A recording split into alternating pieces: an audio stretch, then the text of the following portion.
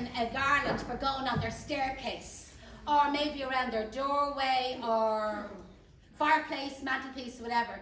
And you can buy a floral oasis, you know, an oasis floral frame for making one of them, but you're really restricted with the size of it because it's like a sausage of oasis. It's in like a netty bag, works out really expensive, but you can't get a lot of material into it. So I won't say I devised it, but I kind of did. I created this design, made it up as I went along using a rope, okay? So you can get your rope to be obviously whatever length you want. Now, it takes me a long time to do a 9-foot garland, but on the online course that I've given you free access to, you'll see me doing a 9-foot garland, you know, for going down the centre of your table for Christmas. Now, if you made it now and you put it indoors, it's not going to last, okay? Where they only last about 7 to 10 days, but that's in a cold area, right? So if you were going to make it maybe a week or so before Christmas, store this out in your garage or your shed, and then maybe Christmas Eve bring it in, put it on the table, and then you'll get 3-4 days out of it, you know, that way, you know, in the heat of your house. But when I was normally say demonstrating this at the class, as I said, it takes, not that it takes ages, but it takes a while to do 9-foot one. So normally I do a few foot, and then I say, you keep going. It's the same thing, you just keep going till you've 9 foot done, or 10 foot, or whatever. And then one of the days I had a small bit done, and I said, you know what, that would be gorgeous as a swag for your door. So I have changed it around, so even though I'm telling you it's a garland, it can also be an alternative swag for your door. And you know, a lot of people now are looking for foam free, like not using oasis or not using floral foam. So this is a foam free idea. So you need a rope, which you can buy in a building providers, and you need whatever types of greenery you can get your hands on. So go out and forage and rob and get loads and loads of greenery. Now, when you're doing this on your own, the handiest thing to do is make little bunches. You see what I have done there, right? So in that bunch, I'll just unravel the wire off it so that you see it yourself. So because I'm doing this on my own, and I don't have anybody to hand it to me, right? I've made them all into bunches. So we would have cut up all the greenery roughly the same size, because I'm not particular about my measurements. And then I would have just taken up a bit of spruce, a bit of, you call it Sussex silver, I call it silver Sussex. So a bit of your silver, whatever you call it, and a bit of holly. Do you see this sort of effect? Very, very casually. You needn't worry about which one is on top or which one is underneath or which one is to the right or the left. Once it just feels comfortable in your hand. And if you hold it, I'm right-handed, so I'm now going to hold it in my left hand. So hold it with your left hand, get yourself a florist wire, a piece of twine will do the exact same job. And you see the way I'm just wrapping the wire around the end of it. And then just put your bunch down, and there's another little bunch which is a different size altogether, and there's another bunch which is a different size. So again, I've roughly made my bunches the same size. Can you see the way I haven't made them the same size? So depending on, I'm going to use about 10 or 12 bunches today to make a swag. But so you can imagine if you go the length of the table, you're going to need an awful lot. But I'm going to make mine quite chunky as well. So if you want to make yours skinnier, you'll use less bunches. But as I said, there's a video of this, and in the video I also show you how to attach, there's a real miserable one, I show you how to attach the flowers into it as well. You know, like for fresh flowers, if you were doing it for a wedding, or for maybe going around an archway of a doorway. There's loads of things that you can do with it. So all you need is your greenery that you forage for nothing, that's going to cost you nothing. You need a rope, which is very cheap, okay? And you need a roll of real wire. I presume they have real wire for sale here. You can see it here now. But a ball of twine. You asked one of the staff, these last you for ages, you know, that way. Somebody asked me the other day how many garlands. You would get possibly 2 9, 10 foot garlands out of the one roll of wire, you know, that way, so it'll last you for ages. So what you have to do is get your real wire and attach it to the beginning of the rope, and all I'm doing is I'm just wrapping around the same spot. You see 3 or 4 or 5 times, and it's easier to do this kind of like flat on the table. Now if I had a good junior, just in case you're saying, that's a lot of time wiring up all them bits of, you know, bunches of greenery. That probably took me about 8 or 10 minutes to do. It probably took me longer to cut the bloody foliage, you know, the way 8 or 10 minutes to wrap the wire around it. But if she was a good junior, you see, she could just hand me this bunch. So she could just pick up the Sussex silver, the holly, the eucalyptus, whatever it is, and she'd hand me the bunch like so, and I wouldn't need that wire on it. But I hadn't got her trained in, so I have to do it on my own. So you get your first bunch of foliage, picking a nice bunch to start, picking this one here. No, I'm going to, eeny, meeny, miny, mo. Oh, stick with the one I just picked up. And I'm going to get this first piece of foliage, and I'm going to rest it on the rope. Can you see like that?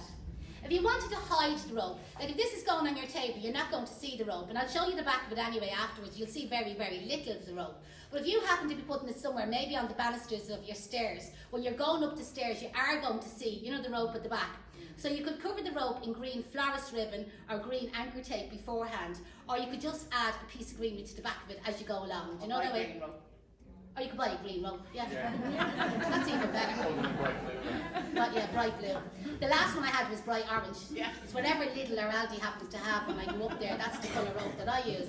So, as I said, it's easier to do it on the flat of the table. So you get your first piece of greenery, position it onto your rope, you have your reel wire, and you go around that spot 3 or 4 or 5 times. You see, like pulling it right nice and tight. Now, you could use your ball of twine. Do you know, like garden twine would do the, and I'm sure you have garden twine here, it would do the exact same job. Now, the trick is not to just stop where you wrap it, okay? Is now continue wrapping the wire onto the rope, and I'm saying go down about, I'm old, so I'm saying 1 or 2 inches, but what would be 3-4 centimetres, you know that way there, but come down onto the rope to see where I'm down to about here, right? So, keep a line on the table, which, the ribbon, there we go. Forgot to put my hat, Jesus Christ. We all in the Christmas mood now. So then you get 2 more bunches of foliage, and you place one on, so they're coming down lower, right? So one is going to the right hand side, and one is going into the left hand side, and this is what makes it chunky, okay? Notice how I'll hold it up just so you can kind of see the effect. Now you will see the rope in the middle for the moment, okay? So just ignore that, or you'll see it definitely a little bit of the rope. You keep these flat on the table, these 2 pieces. So you're kind of like dragging them across the table into the sided rope, dragging it across the table into the sided rope. And use your left hand on top there, I'm right-handed, to secure them in place. And then the reel wire is in the right spot. That's why I came down that extra bit, okay? So then you get your reel wire, and again, pulling it nice and tight, go around 3, 4, 5, 6, 7 times, whatever amount of times that you feel it's secure. And then come down another 2-3 centimetres, you see, onto the rope. So I call this pattern middle, right, left. Middle, right, left, middle, right, left. So I went middle, right, left. So the next one now is the middle. So this one is going to cover, do you remember I said there might be a bit of rope shown? This one goes on top, you see, overlapping, and this one is going in the middle. Do you see how it's working? This is how it's going to be hanging, do you see, afterwards, right? And if you want to make it even, and I'm in the right spot then with the reel wire because I came down then a couple of centimetres. So if you want to make this chunkier, you know the bunches, or your junior, hand me chunkier bunches, you know that way. And if you find it difficult to bring the 2 bunches in at the same time, add 1 bunch and then add the other one. But to be honest, it's as easy to hold the 2 bunches as it is to hold 1 bunch. So that was my middle, right, left, and then the last one was the middle. Around that 3, 4, 5, 6 times, whatever you want, and then go down onto the rope a little bit and stop. And then your next bunches go right, left. Right, so that was the middle, now I'm on right, left. So when you're bringing in your right, left, you drag them on the table. Do you know that way? So you kind of bring them in like that they're flat on the table. Because otherwise, if this is a table arrangement, you'll see the blue rope. Because they didn't have a green one. When you find the green one, tag me in it where you bought it. So one is going in on the right, one is going in on the left. Left hand on top. Reel wire now, it's been wrapped around the bottom of this 3, 4, 5, 6 times. We'll say many times, I haven't got a clue. I just keep wrapping it around till I feel that's secure, keep talking, and I forget to stop. I'm going to hold it up to you that you can kind of see. And that's why I was saying about, you see the way you can make it as an alternative door swag. So there's loads of bushes around here.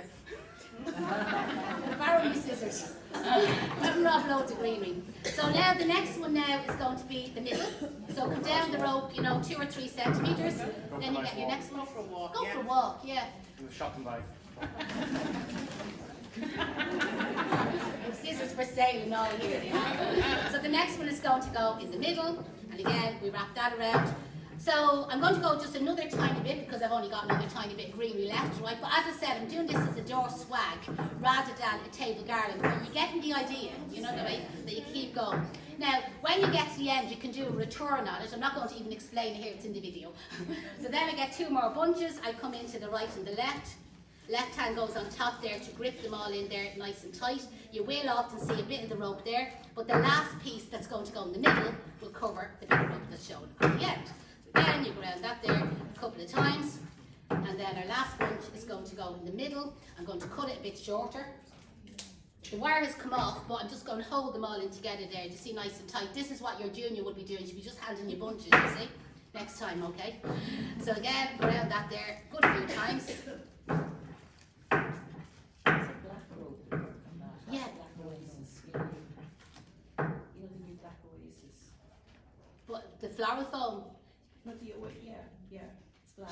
Yeah, but you see, the idea is that, do you remember I said I was going to do an environmentally free one, so we weren't using any flower foam? No, but if you use black, it's the same principle if you use black rope. Oh, black rope, sorry, yeah, absolutely, yes. Sorry. I thought you said black foam, because you can get black foam, sorry. Yeah, black rope, green rope. So when you find all the different colour ropes, tell me where you're buying it. So I'm now going to cut my blue rope off. Here we go. Just so you can kind of see. Right.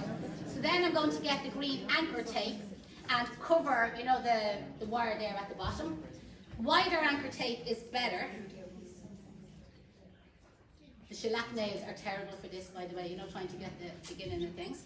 If you haven't got the wide anchor tape, or you haven't got any anchor tape, bit of sellotape, and then go over it with green ribbon or blue ribbon or whatever colour ribbon you want, okay? It's all just kind of for finishing off the mechanics, that I'm not leaving any raw wires there kind of showing at the bottom, and just trying to be a little bit neat.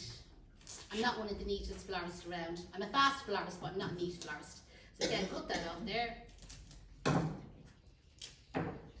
press in our little bottoms there just to tidy it up. So can you see the effect? Now do you see the way you can see the bit of blue rope at the back? So go and buy the black rope, the green rope, cover the rope in ribbon. See, can you get a green rope? So then the next thing then is to make a bow. And I think so this is kind of like a velvety ribbon. I brought this with me, so they don't have this here, but you could use, you know, the ribbons that I showed you there earlier on, you could use them. So I'm on the same technique around the granny's neck. Right? Grab the back of granny's neck and bring it into the front. Squash it in the centre to see really tight. Now earlier on, do you remember I put wires around this to put it onto the wreath? I'm just going to use a bit of florist ribbon. This florist ribbon is real cheap, it is, and this scissors is very blunt. And you can just tear it into little strips, okay? It just tears real easy. So you can wrap that around, pull your knot to the back, do it really, really tight, and never worry about fixing the bow. I often see people when they're making this bow, they spend ages trying to fix it. Get the knot on first, and then go back and fix it. So tie a double knot, now go back. There's a wire inside this ribbon, so you see the way you can then go back then and, you know, sit it into place and pull down your two little tails, and you can get the ends of the ribbon and you can fold it over. Do the two of them at the same time, it'll be easier, I suppose, to get them the same length. Is if you fold them over and if you do a little cut upwards into it on a slant, you see where you get that little V at the bottom. It just kind of makes it a little bit neater. And you can make two of them if you want to. There you go. And you can tie the two of them together so you're kind of getting a double bow. Now there is a way of making a double version of this bow, but it's tricky when you're only learning how to do it. But if you go to our blog page on our website, so our website's called flowerschoolisland.com, and it's probably wrote on the leaflet there today. And one of the buttons is called the blog. And there's even a blog there for Kira when you've done the dress for Chelsea Flower Show. So we have blogs on everything. If anybody asked me a question, I broke up with me fella last night, I have a blog wrote on it. I'm only exaggerating there, really messing. We blogs wrote on everything, like how do you treat roses, how do you get your lilies open, how do you make your hydrangeas last longer, how do you get your peonies open, how do you make bows. So I have a video on double collar bows, triple collar bows, bows with tulle, bows with satin, bows for bridal work, bows for pew ends, you know what I mean? I have loads and loads of bows there, so you can watch me for another few hours. And I still don't stop talking, but at least you can put me on pause. So there I've just tied, see the two of them together, mute. I get people in different countries and they say they can still follow me without even understanding what I'm saying. So I'm going to tie that on top of the anchor tape at the top of the swag. See, just to finish it off. So this will be a little bit tricky, so I'm going to twist my wires at the back, bring them forward, tie a knot in underneath the bow here. So just make sure when you're doing this that you leave these strings nice and long. And then I'm going to twist them at the back again, bring them to the front, just tie another double knot. So my favourite words at the class is to be sure, to be feckin' well sure. You never just trust the first one, do you know that way? Just go again. And I'm now going to tie another knot at the back of it. Because this is what's going to hang it up on the door, you see. And then you can make a double knot or a little hook down with this. And again, whoever's bringing this one home, get an extra piece of ribbon with me when you're going home, and you can add an extension onto this if it's not long enough for your knockers. Oh, Jamie, Mac, did you put that nail there? Yeah. Bit bandy on one side. Jesus, it's a bit rad. We could do it a bit more holly in there. Do you know that way? which was okay for the 8 or 10 bunches of greenery that I had. I am dead. Really warm here. Okay, the last one. Yeah, of course. So if you put an outdoor on your door, you'll get 2 weeks out of it, no bother. Swear to God, you know the way you get the 2 weeks. Don't put the holly in until next week, you know that way. But the 2 weeks, no bother. So if you left it till about the 10th to make it, and then hang it on your door outside, if you have a water missed it. If you don't have a porch, the amount of rain and frost and ice and snow that we get would be absolutely perfect. It's just if you were making it for your table, to go on your table, I'd say make it about 5 days before Christmas, leave it in your shed or your garage, bring it in Christmas Eve, and then you get about 4 or 5 days in the heat of the house. You know what I mean? The heat will kill it, because obviously it's not in water. Okay, now the next one.